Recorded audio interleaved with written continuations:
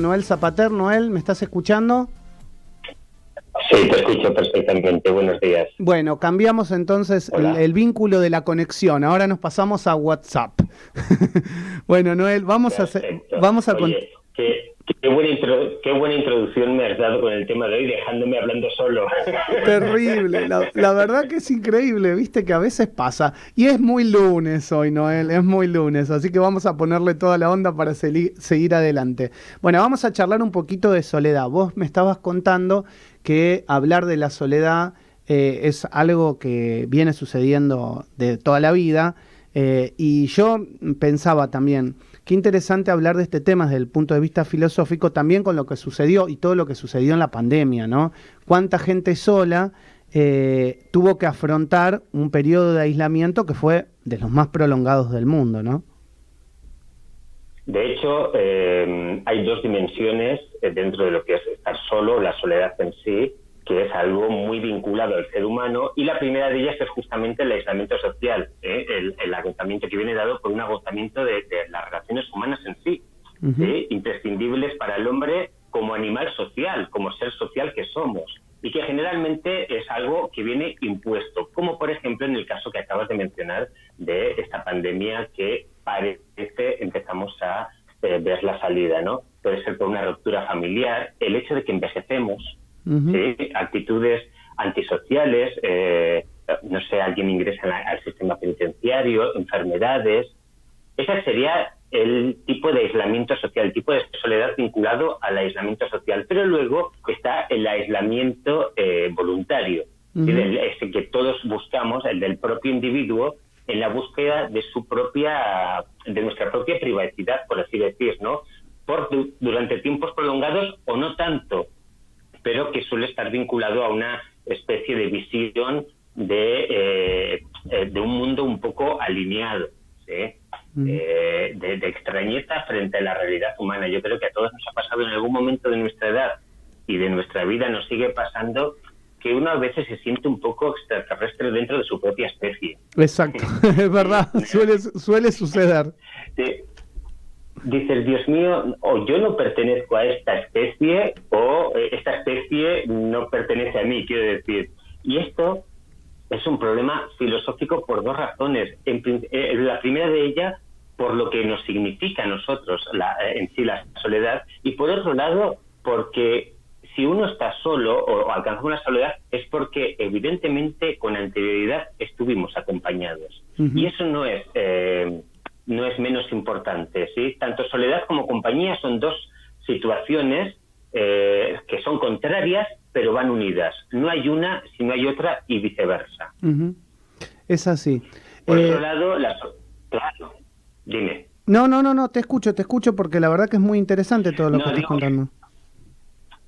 Sí, luego hay otro punto, otra arista, otra forma, otro lado de ver el tema de la soledad, es que hay también dos tipos de soledad desde la posición, ¿sí? Una es la objetiva y la otra la subjetiva.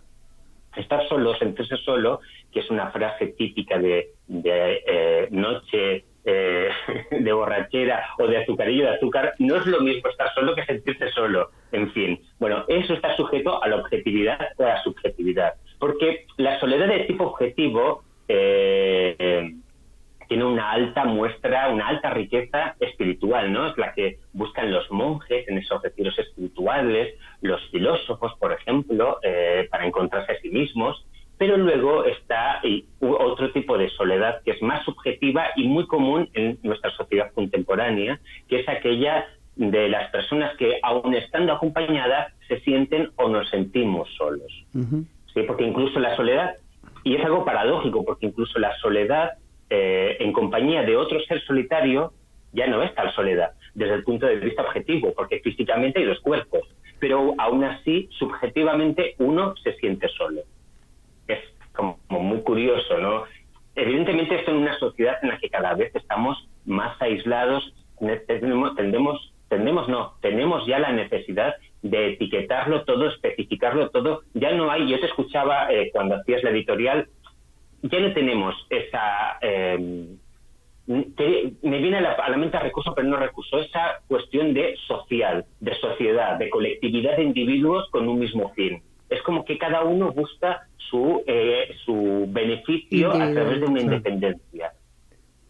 Exacto. Sí. ¿Querías aportar, Josefina? Sí. ¿Cómo estás, Josefina? Acá te estaba escuchando atentamente y realmente es eso. Creo que el tema del COVID y la cuarentena remarcó mucho más este tema de la individualidad, ¿no es cierto?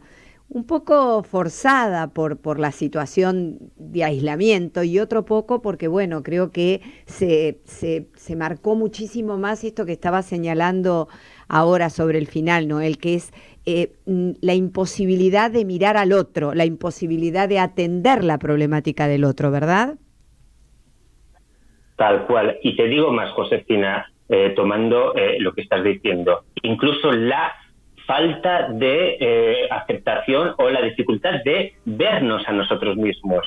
Porque ha sido un estado de soledad muy prolongado en el que no estamos habituados, sobre todo en sociedades como la nuestra, que estamos lo siguiente, una hiperestimulación que nos impide retener nuestra propia soledad durante 5 segundos, porque estamos el teléfono, esto, lo otro, las redes sociales, la televisión, es como que no estamos habituados a la soledad. Exacto. Sí, ha sido muy fuerte esto que ha pasado y sigue pasando porque esto ha calado, yo creo, en nosotros. Preparando la columna leía una metáfora que me ha gustado mucho y que me gustaría compartir con vosotros, que asociaba la soledad al hambre. Porque decía el periodista, el psicólogo, filósofo, que ambas cosas son 2 sentimientos internos, pero que se sacian mediante lo externo. Y es verdad, porque nada más cierto, luego te pones a pensar que la locución latina pan y circo.